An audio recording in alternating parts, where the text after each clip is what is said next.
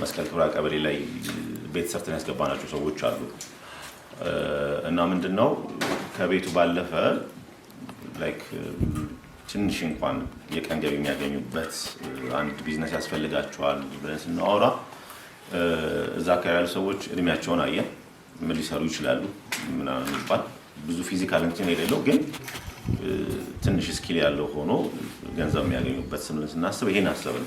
ግለሰብ ሰፖርት ማድረግ ፊዚብል አይደለም ማለት ይሄ አዋጭነት አላገኘንበትም እና ይሄን በደንብ በመረዳት ከተወሰኑ ጊዜያት ወዲህ ምንድነው እያደረግን ያለነው ተመሳሳይ ዓላማ ያላቸው እናደራጅና ለነሱ የሥራ ዕድል መፍጠር ነው።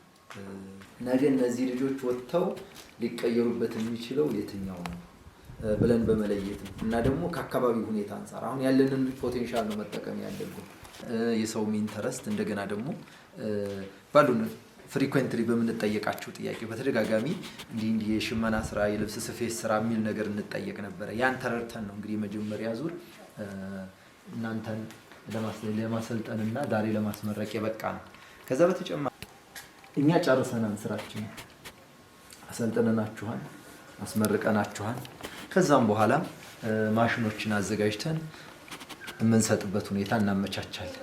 ከዚህ በኋላ ምንድነው እናንተ የምታደርጉት የስራና ክህሎት መተዋን ስለዚህ ቀበሌው ጋር ያለው ጋር ተነጋገሩና ቦታ እንዲሰጣችሁ አመቻችታችሁ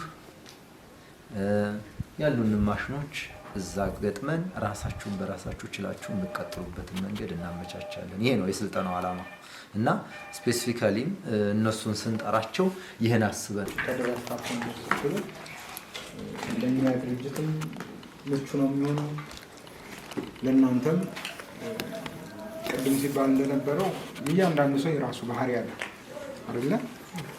ባህሪው አስቸጋሪ ሰው ሊኖር ይችላል ከመካከላችንና ያንን የመዋጥ ያንን ነገር የመቀየር ወደ ተሻለ ነገር የመቀየር የእናንተ ድርሻ ነው የሚሆነው። ስለዚህ ግን አሁን ለመጠየቅ ከተማ አስተዳደርን ብትሞክሩ የተደማጭነታችሁ ከፍተኛ ነው። ቁጥራችሁ ያክል ነው አይተዋችኋል። እነሱ እንዲያዩአችሁ ነው ይሄንን ያደረግን። ስለዚህ ከዚህ በኋላ የእናንተ ቆራጥነት ይጠይቃል ማለት ነው። ወደዚህ ስልጠና ልጆች ተደራጅተው ሲገቡ በአሰልጣኝነት ጠርቼ መጥቻለሁ። ስልጠናውን ከጀመርን አንድ ወር ከ3 ቀን ምናምን አካባቢ ሰልጥነናል። በስልጠናው ቆይታችን በጣም አሪፍ ነው። ገቢ ያለው ስራ ነው። ከማናቸው ላይ ገቢ ያለው ትንሽ ስራው ከበድ ይላል ማለት ነው። ገቢ ሸጋ ነው እና ጌጡ ድንቁ እባላለሁ። የላሊበላ ከተማ አስተዳደር ስራና ክህሎት ምክትል ኃላፊ ነኝ። ምንድነው ዛሬ እዚህ ስንጠራ እውነት ለመናገር ወደ 17 16 አካባቢ የሚሆኑ ልጆች ናቸው የሚል ነው።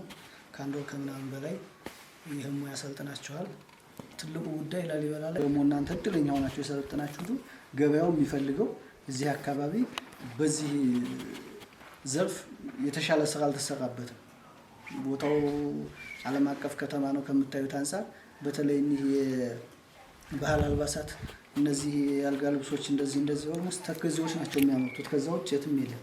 በጣም ውድ ነው፣ ተፈላጊ ነው፣ ግን ሎቱ ያን ያክል የሚመረት ምርት አይደለም እኛ አካባቢ። ስለዚህ ቦታው የሚመጡ ሰዎች ብዙ ጊዜ ይሄን ሁሉም ሰው ይፈልጋል ማግኘት ይፈልጋል። በያየነው አሁን ማህበራዊ ኑሮም ሆኖ ለስጦታ የምንጠቀማቸው ነገሮች እነዚህ ናቸው። ስለዚህ ትልቅ እድል ነው ያገኛችሁት። ሙያ ትልቅ ነገር ነው። ብዙ ነገሮች ያስፈልጋችሁ ይሆናል። በገንዘብ ያስፈልግ ይሆናል። አሁን ጥሬ ዕቃ ማምጫ በሙያተኛው ደግሞ ካጠገባችሁ ነው። እሱ ደግሞ አንዳንድ ነገር እንኳን የሆነ ነገር ቢሆን እሱን መታችሁ እያማከራችሁ ማታውቁትና አሁንም የግር ያላችሁን እያሳያችሁ የተሻለ ስራ ሰርታችሁ ለከተማ አስተዳደራችሁም ለህዝባችሁ ተጠናችሁ ነው ተከተሉት ማለት ነው። ስለዚህ ይሄን ስራ ለመስራት ማገዝ ያለብንን እንደ ቀበሌ ምንችለውን አብረን እያገዝን እናንተ ውጤታማ የምትሆኑበትን መንገድ እየደገፍን እንቀጥላለን።